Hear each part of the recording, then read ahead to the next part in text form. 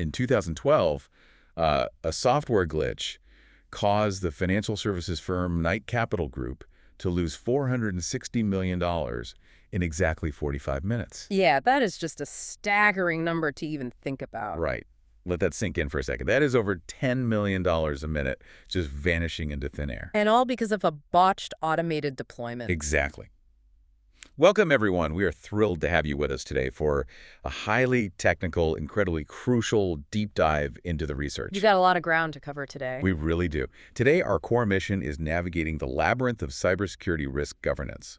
We are looking at a massive stack of research today. From the granular, boots-on-the-ground controls of NIST 853 Revision 5. Right, and the enterprise-level strategies of COBIT 2019. All the way to the sobering, highly technical postmortems of massive breaches like Target and Capital One. We are doing this to figure out exactly how to bridge that massive, often terrifying gap between high-level compliance paperwork and actual tactical defense. Because it is a critical gap to bridge.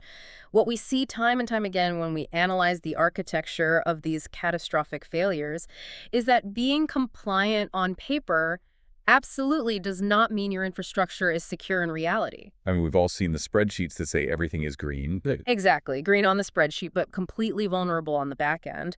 We are going to break down the exact mechanics of why that happens and how modern engineering can actually align these two completely different worlds. But before we unpack the technical mechanics of this, I want you, the listener, to stop and ask yourself a question. It's an important one.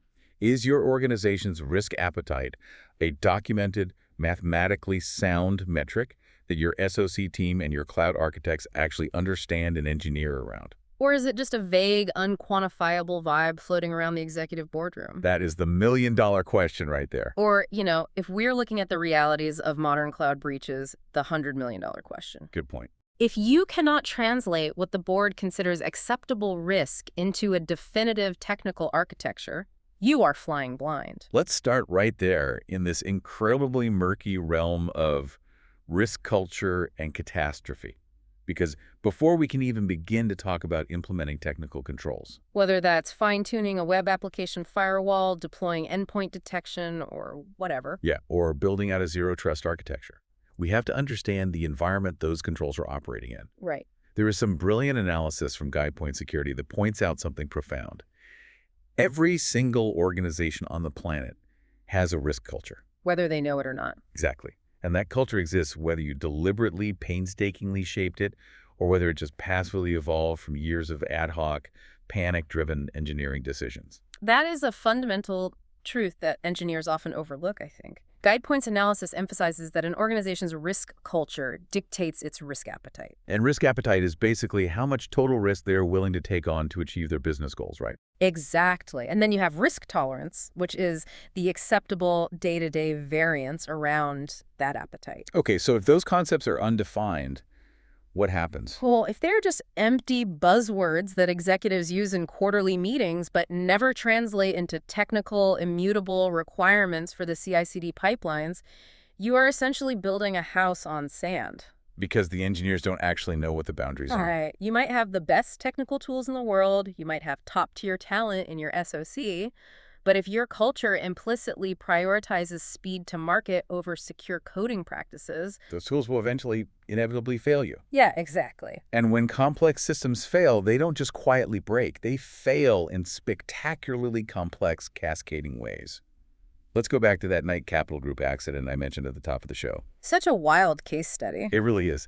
I want to bring in some fascinating insights here from Kitchen Soap, which analyzed the socio-technical find-out of that event. For those of you who might work purely in modern cloud architecture and perhaps missed the specific financial sector meltdown, the mechanics are terrifying. Tell them what happened. So, a software deployment gone wrong. Specifically, a repurposed, obsolete piece of code called PowerPeg that was accidentally left active on one of their 8 production servers. Just one server? Yeah, just one. And it caused their automated high-frequency trading algorithms to essentially go rogue.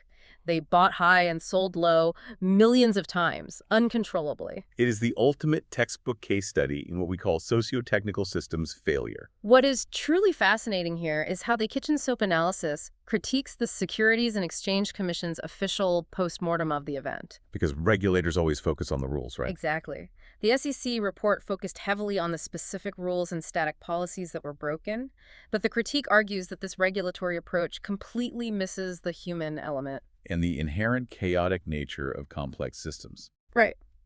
Automated high-frequency systems. And this applies perfectly whether we are talking about financial trading algorithms or modern automated cloud orchestrations using Kubernetes and Terraform. They make catastrophic failures inevitable if the underlying risk tolerance isn't hard-coded into the architecture itself.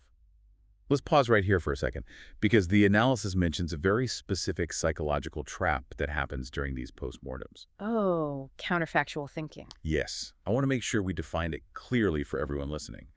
If I'm understanding this correctly, this is that very human tendency we all have to play what if after a disaster. Yeah, it's creating possible alternatives to events that have already occurred. Right, which investigators use to construct a neat narrative.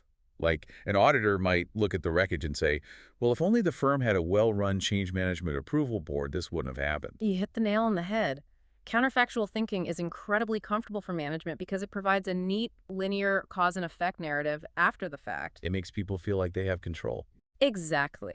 It allows auditors or regulators to point to a specific broken rule or a single missing signature on a deployment ticket and say, ah, there is the culprit. If they had just followed the rule, the system would be safe. Right. But as the kitchen soap piece points out, that is a distant, entirely alienated account of what actually happens on the ground in a high-pressure engineering environment. It totally ignores the live employees. It ignores their intense motives, the immense top-down pressure to deploy features quickly, and the complex, tightly coupled nature of the systems they are managing. When a massive AWS environment goes down or an automated deployment spirals out of control and wipes out production databases, it is rarely just because someone forgot to check a box. No, it is because the system allowed a single point of human error to cascade without friction. Okay, wait, let me push back on this a little bit. I hear what you're saying about the psychological trap, but isn't blaming complex systems just a massive cop-out for bad engineering? How do you mean? Well, if I'm a lead cloud architect, I can't just walk into my CISO's office and tell them, hey, listen, complex systems fail, it's just socio-technical nature, when our entire production environment goes offline. Yeah, they wouldn't love that answer. Right. It feels like a dodge. Think about it like driving a Formula One car. A Formula One car is arguably one of the most complex mechanical systems on Earth. Absolutely. But you don't blame the car's inherent complexity when you crash into the wall at 200 miles per hour. You blame the lack of telemetry or the fact that the driver wasn't properly trained for that specific track's apexes. Or the fact that the pit crew didn't secure the tire. Exactly. That is a brilliant analogy, and it actually reinforces the exact point the research is making. You don't blame the F1 car for being fast and complex, but you also don't pretend you're driving a Honda Civic to the grocery store. Right. You have to respect the machine. You acknowledge the extreme complexity, and you rigorously engineer around it. You build massive real-time telemetry into the F1 car. You build physical safety halos. You have a pit crew analyzing hundreds of data points per second to predict failures before they happen. Exactly.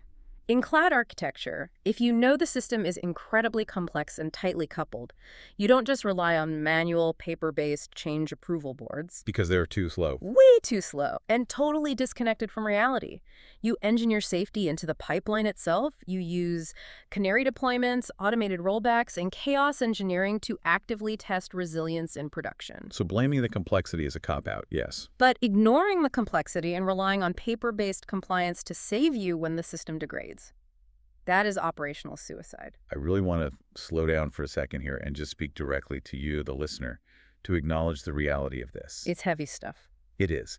The stress that security practitioners feel, whether you are a SOC analyst staring at a SIEM dashboard, a security engineer trying to patch a leaky bucket, or a GRC auditor trying to map reality to a spreadsheet, it's immense. People are burning out. You have executives who often demand 100% security, zero downtime, and rapid, frictionless feature delivery, all at the exact same time. In an IT environment that is inherently chaotic and moving at lightning speed. It is a nearly impossible mandate. You are being asked to race the F1 car without the telemetry. It absolutely is an impossible mandate under traditional models.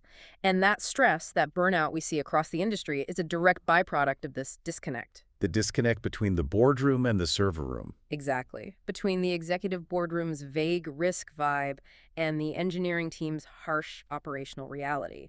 The boardroom dictates zero risk, which is mathematically impossible in a connected system. While the engineers are in the trenches trying to triage thousands of critical vulnerabilities with a limited budget and limited time. This is exactly why we have to move beyond just talking about culture and catastrophe and start looking at the actual frameworks that the industry uses to establish order. We need blueprints that translate that executive culture into actual manageable technical processes. Which brings us to the next massive piece of the puzzle. Because complex systems do fail, we rely on frameworks to establish a baseline of order. But looking at the stack of research we have on governance, choosing the wrong framework for your specific operational reality is like using a hammer to drive a screw. You might eventually get it in there if you hit it hard enough. But you are going to cause a lot of structural damage to the wood along the way. Totally. We have a veritable alphabet soup of standards. NIST, ISO, CIS, COBIT. Let's really unpack the mechanics of these, not just read the definitions. Let's start with the NIST cybersecurity framework, or the CSF. The research highlights the newly updated CSF 2.0, which is a massive evolution. It really is. Historically, for years, the NIST CSF was built around 5 core functions that most of us have memorized: identify, protect, detect, respond, and recover. It was a very linear life cycle. Right. But the major architectural update in version 2.0 is the addition of a 6th core function, govern. And what I found fascinating in the NIST documentation is that govern isn't just tacked onto the end of the list as an afterthought. Visually, in their models, it is represented as a central ring encompassing all the other 5 functions. It surrounds them. Precisely. That visual representation is critical. The documentation stresses that govern is about establishing the organization's overarching cybersecurity risk management strategy. Its expectations and its policy. It's the context engine for everything else. It defines the roles, the responsibilities, and heavily focuses on supply chain risk management. Which, as we'll discuss later, is where the most devastating modern breaches occur. NIST CSF also utilizes organizational profiles, right? Which are basically blueprints describing your current cybersecurity posture versus your target posture. Exactly. And implementation tiers. These tiers characterize the actual rigor of your risk management practices, moving from Tier 1, which is partial and reactive, all the way up to Tier 4. Tier 4 being adaptive, proactively hunting threats. Right. It is an incredibly flexible, outcome-driven framework. It doesn't tell you exactly which firewall to buy. It tells you what outcome that firewall needs to achieve. Okay, so that's NIST. Flexible, outcome-based, heavily focused on the life cycle. Then we have ISO X 27001. We know this comes from the International Organization for Standardization. A very different beast. If I'm an architect looking at my compliance roadmap, what is the core mechanical differentiator here compared to NIST? The single biggest differentiator for ISO 27001 is that it is globally certifiable by an accredited third-party auditor. It's like a passport for business. Exactly. It explicitly sets the rigid requirements for establishing, implementing, maintaining, and continually improving an information security management system, or ISMS. So if your organization is a multinational corporation, or if you have enterprise clients in Europe or Asia who demand definitive contractual proof of your security posture before they will integrate APIs with you. Simply saying, oh, we align with the NIST framework might not cut it. They want the stamp. They want to see that official, stamped ISO 27001 certification. Mechanically, it is very heavy on continuous improvement cycles. Plan, do, check, act. As well as rigorous risk assessment methodologies and formal airtight documentation. All right, so NIST gives us the adaptable lifecycle. ISO gives us the globally recognized certification of our management system. What about the CIS controls from the Center for Internet Security? When I look at these, they feel fundamentally different from the first two. They are. If ISO is your management system, the CIS controls are your tactical ground game. The analysis from Hobby.net breaks this down perfectly. CIS provides 18 prioritized, highly prescriptive technical safeguards. They don't just say protect your data. They say implement multi-factor authentication for all remote network access. It's actual to-do list. Exactly. They're broken down into implementation groups, or IGs. IG1 is essential cyber hygiene. The basic stuff every small business must do to survive. And it scales up, right. Yeah, up to IG3, which is for mature, heavily resourced organizations facing advanced, well-funded adversaries. So if you are a mid-market company with a limited security budget, and you want to know exactly which technical switches to flip today in your Active Directory or your AWS console to immediately reduce risk. You don't start by reading a 200-page ISO manual. You look at the CIS controls. And finally, rounding out the alphabet soup, we have COBIT 2019, developed by ISACA. Looking at the ISAC documentation and the advisor across mappings, COBIT seems like it belongs in a completely different conversation. It really is a different beast.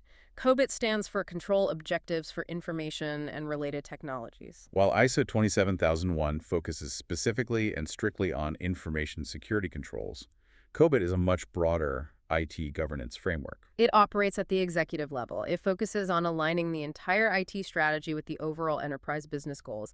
It measures performance, resource optimization, and value delivery. It essentially asks, is the IT department actually delivering measurable financial and operational value to the stakeholders, or is it just a massive cost center? Let me stop you there because I know exactly what some of our listeners are thinking right now. Oh, I bet I do too. If you are listening to this on your commute and you're the SOC analyst who spends 10 hours a day staring at a SIEM dashboard flooded with alerts, you're probably wondering, does COBIT actually matter to me? Or is it just more auditor paperwork? Because honestly, when I am deep in the weeds trying to track a potential lateral movement using compromised credentials in our network, I am absolutely not thinking about enterprise value delivery. It is a totally fair question, and it is a massive point of frustration among technical practitioners. The language of COBIT feels entirely alien to the language of SSOC. So that's the connection. Here is the hard reality. COBIT dictates the overarching governance that funds your SOC's tools. Ah, the budget. Exactly. If the organization doesn't have a translation framework like COBIT aligning IT risk with business risk, the board of directors doesn't understand the value of your highly expensive SIEM platform. They just see a massive software licensing bill. Right. And when revenue dips and they don't understand the value, next year your budget gets slashed and you lose the tools you need to do your job. COBIT is the translation layer between your highly technical network alerts and the CEO's strategic financial objectives. I love that. Let's expand on that Formula One analogy from earlier because I think it perfectly ties this entire alphabet soup together for the listener. Okay, let's hear it. Think of your entire cybersecurity apparatus like an F1 racing team. The CIS controls. Those are the specific mechanics checklists before the race. It's tactical. Did you torque the wheel nuts or the tire pressures exact? Yes. The NIST cybersecurity framework is the overall team operational lifecycle. It gives you the fluid strategy of how to identify weak points in the car's aerodynamics, protect the driver, detect engine anomalies mid-race, and recover if the car spins out. Okay, and ISO. ISO 27001 is the rigorous, independent FIA regulatory body. They inspect your car, audit your processes, and give you the official stamp of approval that proves to the rest of the world your car is legal and safe to put on the track. That leaves COBIT. And COBIT is the team principal and the commercial directors. They are the ones connecting the engineering telemetry to the sponsors, ensuring that all this massive technical effort actually serves the economic purpose of winning the championship and generating revenue. That is an absolutely perfect synthesis of how these systems interact.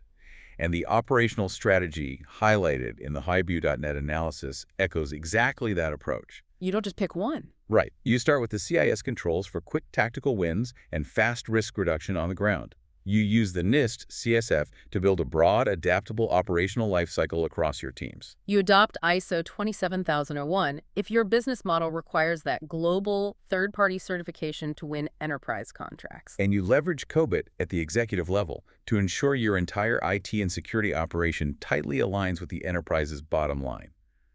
The most mature, defensible organizations in the world don't view these as mutually exclusive. They integrate them into a cohesive, unified governance fabric. Which perfectly sets up our next massive topic. We have looked at the high-level blueprints, the team principles, and the FIA regulations. Now let's transition from the boardroom back to the server room. Let's get into the weeds. Let's dive into the absolute granular mathematical mechanics of building these defenses. The research stack we have includes incredibly deep dives into two foundational documents: NIST Special Publication 837 Revision 2, and the massive control catalog of NIST SP 853 Revision 5. Let's start by unpacking SP 837 Rev 2. This document is the Bible for the Risk Management Framework, or RMF, System Lifecycle. Is a highly disciplined, structured process broken down into 7 distinct steps, right? Yes. Prepare, categorize, select, implement, assess, authorize, and monitor. Right. You prepare by establishing the organizational context and risk management strategy. You categorize a specific system based on the potential impact of a breach. Grading confidentiality, integrity, and availability as low, moderate, or high. Based on that categorization, you select the initial control baseline. You implement the controls into the architecture. You assess if they are actually working as intended. Then, a designated official must officially authorize the system to operate, formally accepting the residual risk. And finally, you continuously monitor the system for changes. It sounds incredibly logical and straightforward on paper. On paper, sure. But the devil is entirely in the details of those select and implement phases, which brings us to the behemoth that is SP 853 Rev 5. Behemoth is the right word. SP 853 Rev 5 is the comprehensive catalog of security and privacy controls for information systems. It is organized into distinct control families, each addressing a specific area of security. You have access control, awareness and training, audit and accountability. Configuration management, contingency planning, incident response, system and communications protection, system and information integrity. It is the molecular DNA of a secure system. I was combing through the NIST guidelines, and honestly, reading through some of these advanced controls feels less like reading an IT manual and more like reading a cyber espionage thriller. It really does. It's not just about building static walls anymore. They are actually recommending we actively trick and evade attackers. I want to dissect a few of these, because they represent a fundamental shift in how we engineer defense. Let's look at SI 14, non-persistence. This is a big one. The control dictates that organizations should implement non-persistent system components that are initiated in a known state and terminated periodically or upon the end of a session. Mechanically, why is this so crucial for modern defense? Well, SI-14 is a direct engineered response to the reality of the advanced persistent threat. The old model of security assumed you could keep the bad guys out. Build a moat and a castle wall. Exactly. But the modern model assumes they will eventually get in. Sophisticated adversaries don't just smash and grab. They breach a network, establish a foothold, and then stay there quietly moving laterally, escalating privileges for months or even years. So if your infrastructure relies on static, monolithic servers running the same operating system instance for 3 years straight, You are giving the adversary a massive, stable window of opportunity to embed their command and control infrastructure. Non-persistence fundamentally breaks that kill chain. it means your infrastructure is ephemeral. Right. You spin up a component from a known, clean, cryptographically signed image, it executes its specific microservice, and then it is immediately destroyed. So even if an adversary manages to exploit a zero-day vulnerability and compromise that specific component in memory, their foothold completely evaporates the moment the system terminates the component. You are constantly pulling the rug out from under them. Okay, I have to play devil's advocate here. Implementing non-persistence, SI-14, in a legacy on-premise environment sounds like an absolute career-ending nightmare. Oh, it would be. If I have a massive, monolithic Oracle database server sitting in a physical rack in a data center that has been running uninterrupted since 2018, how realistic is it to suddenly make that non-persistent? You can't just reboot the core database every 4 hours. You are absolutely right. In a purely legacy, bare metal environment relying on monolithic applications, implementing strict non-persistence is incredibly difficult, bordering on impossible without breaking critical business functionality. So what's the solution? That constraint is exactly why the research emphasizes the necessity of modern architectures. SI-14 is highly applicable and frankly relatively easy to implement if you are building modern containerized cloud architectures. Like using Kubernetes orchestration, Docker containers, and serverless compute like AWS Lambda. Exactly. In those environments, non-persistence isn't a bolted-on security control. It is the native default way the architecture operates. You deploy immutable infrastructure. So when a vulnerability is found, you don't SSH into a server and apply a patch. No, you destroy the running containers and deploy newly updated, clean containers from the pipeline. This paradigm shift dramatically reduces the attacker's temporal attack surface. That makes perfect sense. The underlying architecture dictates the feasibility of the control. Now let's look at another one of these advanced controls that reads like a spy novel. SC30, Concealment and Misdirection. My personal favorite. The NIST guidance explicitly says to employ techniques to confuse and mislead adversaries. How does that even work practically? Are we just setting up fake servers? It goes much deeper than just setting up a basic honeypot. It is essentially a comprehensive strategy of moving target defense. The security research notes that static, deterministic systems are incredibly easy for an attacker to map and target. Because once they scan your network, they know exactly where the domain controller is, where the file shares are. Exactly. SC30 encourages organizations to use virtualization, dynamic IP addressing, randomness, and highly sophisticated deceptive environments to radically increase the adversary's work factor. Give me an example of what that looks like to the attacker. Imagine deploying a deception net that perfectly mimics your Active Directory environment. If an attacker breaches the perimeter and begins scanning or attempting lateral movement, they might see what looks exactly like a vulnerable legacy server holding administrator credentials. Oh, wow. So they think they've hit the jackpot. Right. They might spend hours or days deploying their tradecraft to exploit it, not realizing they are in an isolated, highly monitored deception trap. And every single interaction they have with that decoy system generates a high-fidelity, actionable alert for your SOC. It forces the attacker to expend their precious resources, exposes their tooling, and flips the asymmetry of the attack back in the defender's favor. And speaking of generating alerts, the research also digs heavily into threat hunting and predictive cyber analytics within the NIST framework.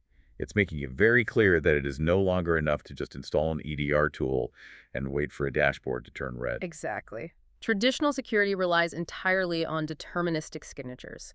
Known bad IP addresses, known malware file hashes, known attack patterns. But advanced adversaries easily evade these by constantly altering their tools. Threat hunting is a proactive, human-driven operational capability.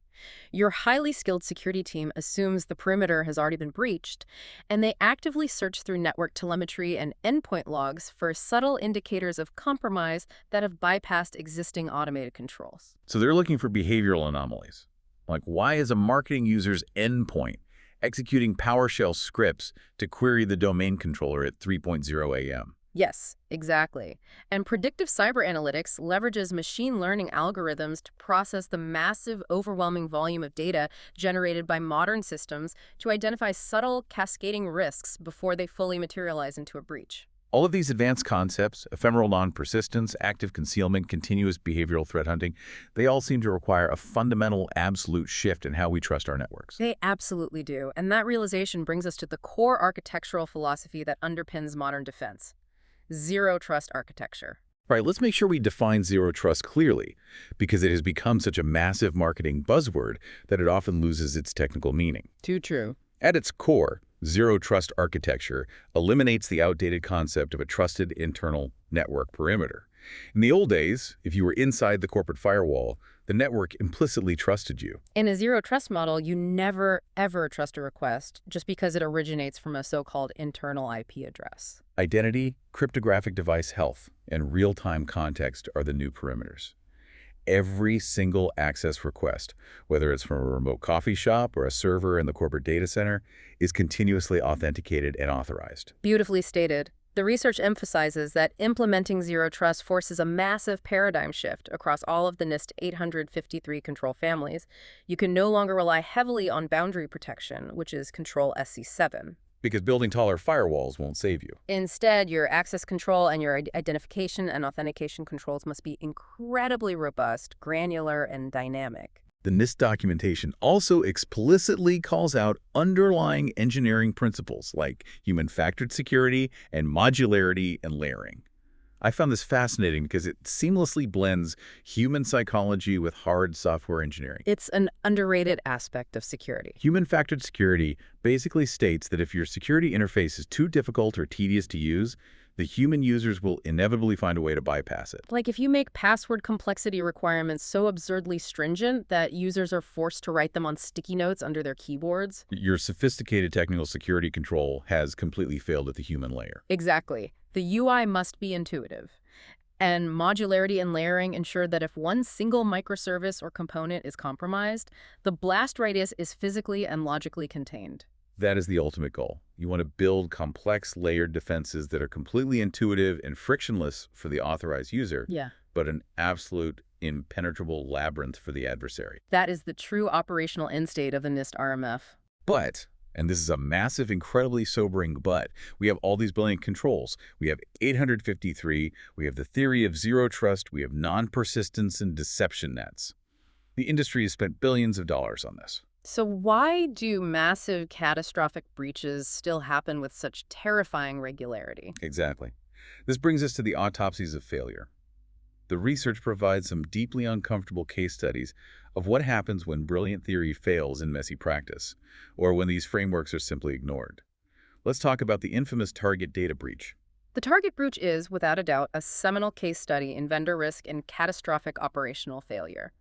The research meticulously outlines the timeline. Walk us through it. In late 2013, the attackers did not breach Target's formidable, highly defended perimeter directly. They didn't hit the front door. How did they get in? Instead, they compromised a much softer target, a third-party vendor named Fazio Mechanical Services. This was an HVAC contractor that Target used, and crucially, this contractor had been granted access to Target's network for billing, contract submission, and project management. The attackers used a standard phishing email to steal the vendor's credentials, logged into Target's external vendor portal, and then, because the internal network lacked proper zero-trust segmentation, they pivoted. They moved laterally from the billing environment all the way into the internal point-of-sale system VLAN, eventually deploying custom malware to scrape millions of credit card numbers directly from the memory of the cash registers. But when you read the postmortem research, here's the absolute most crucial, devastating nugget regarding the Target breach.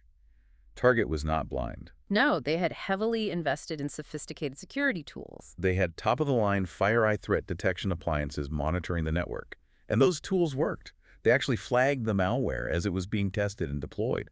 The alarms went off. The system functioned exactly as designed. But nobody investigated the alerts. The research puts it bluntly, and it's a quote that every engineer needs to memorize. Detection without response is useless. It is a devastating realization for the industry. Target had the detect function of the NIST CSF perfectly covered. The appliance detected the anomaly. But the respond function failed completely and utterly. Why? Because of a psychological and operational phenomenon known as alert fatigue. When a SOC team is drowning in thousands of alerts every single day, the vast majority of which are false positives caused by misconfigurations or normal anomalous behavior, those alerts cease to be warnings. They become psychological noise. Right. If you are listening to this on your way to a shift to the SOC and you are the one staring at that SIM dashboard every day, you know exactly what alert fatigue feels like in your bones. You know what it's like to dismiss 500 false flags before lunch.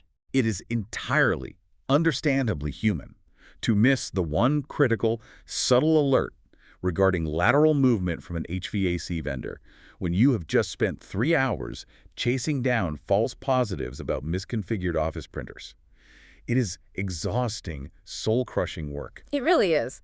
But from a pure architectural standpoint, let me make sure I understand the mechanics of this failure. Target had the multi-million-dollar alarm system. The alarm triggered, the lights flashed, and the security guards essentially just watched it happen because they were overwhelmed. Essentially, yes. The system demanded a human to intervene, and the human layer was saturated. And that is exactly why human analysts alone cannot scale to meet the speed and volume of modern automated threats. The NIST research discusses the absolute necessity of automated threat discovery and response. Right. If Target's architecture had tightly, natively integrated the detect and respond functions through automation, the system wouldn't have just flagged the malware and waited for an exhausted human to read an email alert. The system, via SOAR playbooks, could have been configured to automatically quarantine the affected server. Or instantly block the lateral network traffic at the switch level. Or immediately suspend the compromised vendor credentials the exact moment the high-fidelity alert fired. You have to automate the initial containment at machine speed to give the human analysts the breathing room to actually investigate. And that failure to properly integrate security into the architecture is a recurring theme. Let's look at another massive failure. The Capital One breach. Right. The RSA conference research presented by Nelson and Moraes provides a deeply technical analysis of this 2019 breach, which affected over 100 million customers and caused massive reputational damage. The Capital One breach is particularly fascinating and terrifying because Capital One wasn't a laggard. They were actually considered a pioneering leader in enterprise cloud adoption and security. They had heavily invested in AWS. But the attacker, who was actually a former AWS software engineer and knew exactly how the underlying plumbing worked, exploited a very specific vulnerability known as a server-side request forgery, or SSRF, in a misconfigured open-source web application firewall, or WIF. Let's break down the mechanics of that SSRF for the audience, because it's critical to understand how a single misconfiguration can unravel an entire enterprise. What exactly happened there? Yeah, a server-side request forgery is a vulnerability where an attacker can trick a server-side application into making HTTP requests to an arbitrary domain of the attacker's choosing. In this case, the way it was deployed on an EC2 instance in AWS. It was configured to accept inbound web requests, but it lacked strict restrictive filtering on what it would process. So the attacker sent a maliciously crafted HTTP request to the Wave, essentially telling the Wave to query the internal AWS EC2 metadata service. Now, the metadata service resides at a very specific, unreadable IP address, 169.254.169.254. It is designed to provide the EC2 instance with information about itself, including temporary security credentials. Because the Wave was running inside the trusted virtual private cloud, AWS trusted the request coming from it. The metadata service responded, handing over the temporary AWS identity and access management, or IAM, credentials assigned to that WAF. And once they had those, it was game over. The attacker then extracted those credentials and used those highly privileged IAM roles to list and access dozens of backend S3 buckets containing massive amounts of sensitive, unencrypted customer data. And the key overwhelming takeaway from the research here is that compliance absolutely does not equal security. Capital One almost certainly had all the governance paperwork in place. They likely passed their ISO audits. They had a WAF deployed, checking the box for boundary protection. But a single, nuanced misconfiguration in the routing logic of that WAF in a highly complex cloud environment bypassed all of it. The framework must be applied practically, rigorously, and continuously, not just as a point-in-time checklist. Precisely. The complexity of the cloud means that the blast radius of a single error is exponential. And the research also touches heavily on the SolarWinds and CrowdStrike incidents as catastrophic paradigm-shifting failures in third-party risk management, or TPRM, and supply chain integrity. The SolarWinds breach showed us that advanced state-sponsored adversaries will not bother attacking your hard perimeter. They will simply compromise the very development pipelines of the trusted network management tools you use. They injected a malicious backdoor directly into the digitally signed Orion software update. When companies downloaded the update, they installed the backdoor themselves. And the CrowdStrike incident, while entirely not a malicious attack, but rather a fundamentally flawed content update, demonstrated how deeply and precariously reliant we are on the kernel-level access we grant to these third-party security vendors. A single, poorly tested logic file pushed to the kernel can instantly blue screen and brick millions of critical systems globally, halting airlines, hospitals, and banks. It is genuinely terrifying to contemplate. It shows that your perimeter isn't just your corporate network edge anymore. Your perimeter extends to the internal CI/CD development pipelines of every single software vendor you use. Which is exactly why the NIST CSF version 2.0 added the govern function and placed such an overwhelming central emphasis on supply chain risk management. You simply cannot secure what you do not control unless you have incredibly strict governance, rigorous vendor assessments, and continuous automated zero-trust verification of those third parties. So after looking at all of this, the complex frameworks, the deep technical controls, and the devastating autopsies of failure, how do we prevent becoming the subject of the next postmortem research paper? That's the goal. How do we move from reacting to these inevitable failures to actually building resilient, defensible systems? That brings us to our final topic, maturing the posture. The research strongly suggests that intermediate security professionals, the exact people listening to this deep dive, need to elevate their view from isolated technical IT risks to holistic enterprise resilience. We have to stop looking at security as a purely technical discipline and look at how IT security integrates with the broader survival of the business. The research from Modern Ghana provides a really insightful comparison between two specific ISO standards, ISO 27005 and ISO 31000. We already discussed that ISO 27001 is about building the information security management system. ISO 27705 is the supporting guidelines specifically for information security risk management. It is very focused on the technical weeds, data confidentiality, system availability, network integrity. But ISO 31000 is a much broader, overarching standard covering all types of enterprise risks. It covers financial risks, operational supply chain risks, strategic market risks, and reputational risks. So if I am a cloud architect designing a Kubernetes cluster or a security engineer writing detection rules, why on earth do I need to care about a high-level enterprise standard like ISO 31000? Because your SOC and your cloud environment do not exist in a vacuum. If a major cyber incident occurs, let's say a sophisticated ransomware attack bypasses your controls and encrypts your primary production databases, it instantly ceases to be just an IT problem. It immediately becomes a massive operational crisis because you can't ship products. It becomes a severe financial liability because revenue stops. It becomes a reputational disaster when it hits the news. It triggers the entire organization's business continuity plan, or BCP. Therefore, the highly technical metrics we use in cybersecurity must seamlessly translate into the universal enterprise risk language of ISO 31000, so the board understands the actual stakes. The academic research on business continuity planning, specifically the DIVA thesis we reviewed, explores this exact dynamic. It talks extensively about assessing ISET risks during the implementation of a business continuity plan using what they call an abductive approach. From my reading, this means not just relying on rigid deductive reasoning from existing frameworks, and not just relying on inductive reasoning from raw historical log data, but dynamically combining both to formulate the best possible explanation for underlying hidden risk causes. Without necessarily waiting for a catastrophic failure to happen to prove the theory. Exactly. It's about proactive architectural thinking. When you sit down to implement a BCP, you are fundamentally looking at the critical functions the business absolutely needs to survive a disaster. Today, IT is the central nervous system of those functions. If your Active Directory is down and you cannot authenticate users, you cannot process payroll, you cannot access patient records, you cannot route logistics. The DIVA research highlights the critical interplay between high-level governance structures, overarching enterprise risk management, and granular IT risk. You have to engineer the IT recovery to meet the business's survival timeline. Let me push back on this one last time because I want to make sure this is practical for the listener. It sounds like we are asking security engineers to suddenly become business MBAs. We are asking brilliant technical people who spend their days writing complex Python scripts to automate firewall rules and parse JSON logs to suddenly care deeply about strategic enterprise risk and value delivery.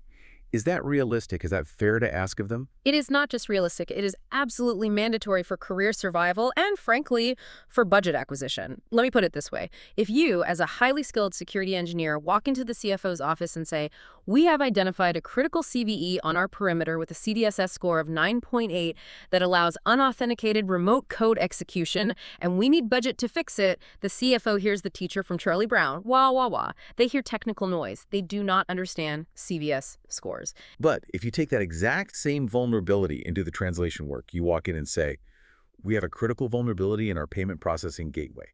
If an attacker exploits it, it will halt our ability to process credit card transactions. We process $2 million per hour in revenue.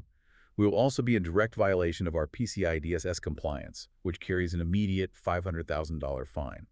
The engineering time to deploy the fix costs $50,000. You will get that budget approved before you finish the sentence." Translation. That is the key. If you cannot translate a technical CVE, a misconfigured S3 bucket, or a missing CIS control into a quantifiable dollar value business impact, you simply will not get the resources you need to fix it. Exactly. You have to speak the language of the business.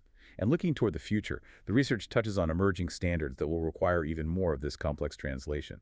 We're looking at ISO 42001 for artificial intelligence management systems and ISO 27701 for data privacy. As organizations rapidly, aggressively adopt AI models and grapple with incredibly complex, punitive global privacy regulations like GDPR, cloud architects and GRC analysts will have to design systems that are not just technically secure from hackers, but demonstrably compliant with evolving legal frameworks regarding exactly how data is processed, stored, and how AI algorithms make autonomous decisions. It is a massive, incredibly complex, constantly shifting landscape. To try and wrap up this deep dive, we have covered an immense amount of ground. We started with the Knight Capital disaster and the boardroom's risk culture.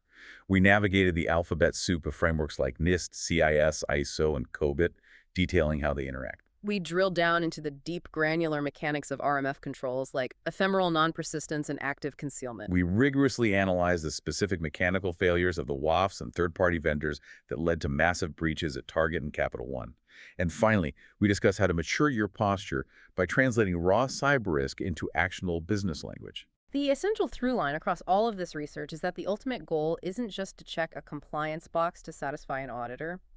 As we saw with Capital One, compliance is merely the byproduct of good security, not the other way around. The true goal is to build a resilient, defensible, mathematically sound architecture that can gracefully withstand the inevitable socio-technical failures of complex systems. And doing that requires an absolute commitment to continuous learning.